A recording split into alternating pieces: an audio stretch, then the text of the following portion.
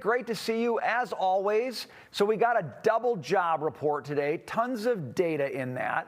What do you want Americans to pay attention to? What's most important in the data we got today?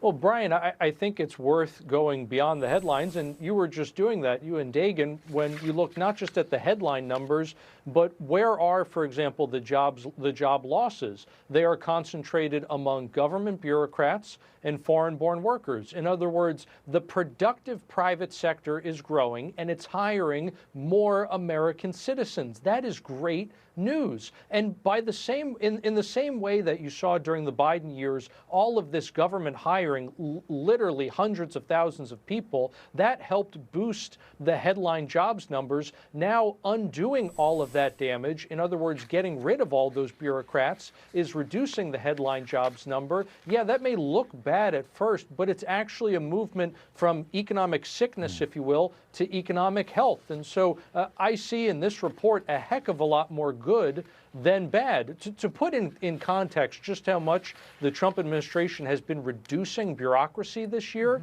federal government payrolls are at their lowest level now in more than a decade. I mean, that's absolutely incredible progress. Let's move on to this from Treasury Secretary Scott Bessent. He is predicting big returns for U.S. taxpayers in the new year. Yeah, so Maria, let's go back. The one big beautiful bill was passed on July 4th, but for working Americans, it was retroactive to the beginning of the year. Most taxpayers did not change their withholding, so as a result, we're going to see very substantial 100 to 150 billion of refunds in the first quarter go directly to Americans' pockets. So the sooner they file, the sooner they'll get them. Our estimate is it could be 1,000, 2,000 per household, depending on the number of workers. EJ, I think tax refunds are great. I just think about all the Democrats who did not vote to extend the Trump tax cuts and the additional tax breaks, no tax on tips, no tax on overtime and the like, who voted for what would have been the largest tax increase on the American family potentially ever. So I think about it in that way, and the prosperity that's ahead with, say, oil prices plummeting and how that's going to truly impact inflation and what people pay for not only food but also goods galore. Well, Dagan, you bring up a great point with energy. I think I saw crude today, WTI, below $60. I mean, it really is, it can't be overstated. Let me put it that way. It cannot be overstated just how much energy affects the price of everything we do and everything we buy. And so this administration's pro-energy agenda, where we are getting more coal, oil, nuclear, natural gas, you name it, all of those reliable energy sources, we are getting more of it available. We're getting more supply into the marketplace. This is Econ 101. You increase supply, you put downward pressure on price, and that will over time filter down through prices all throughout the economy. That is great news, not just for economic growth, but in the fight against inflation, on which we are getting no help from the Federal Reserve, by the way, which has already restarted QE, despite inflation still not being down to the 2% target. So you've got tax refund money on one side, but then you've got the rest of the year. After-tax pay, what people take home. Is that going to change next year, EJ? Are people going to see higher after-tax pay, every 2 weeks in their paycheck in 2026?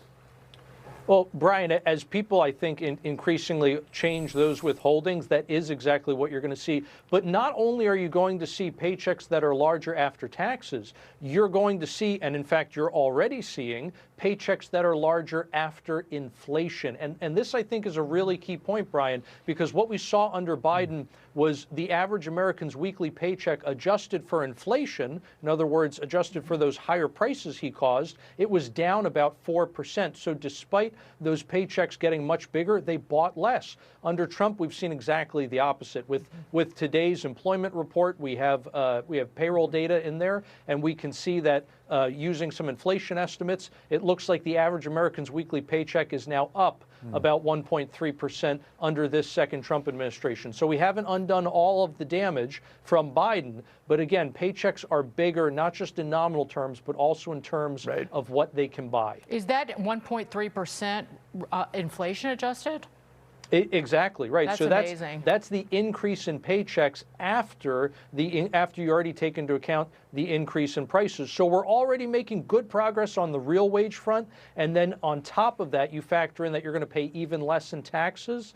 That's just even more money that consumers are going to have. It's going to allow them to buy more. It's going to allow them to pay down debt. Good news all around. Okay, EJ, affordability is going to be the issue in 2026 midterms.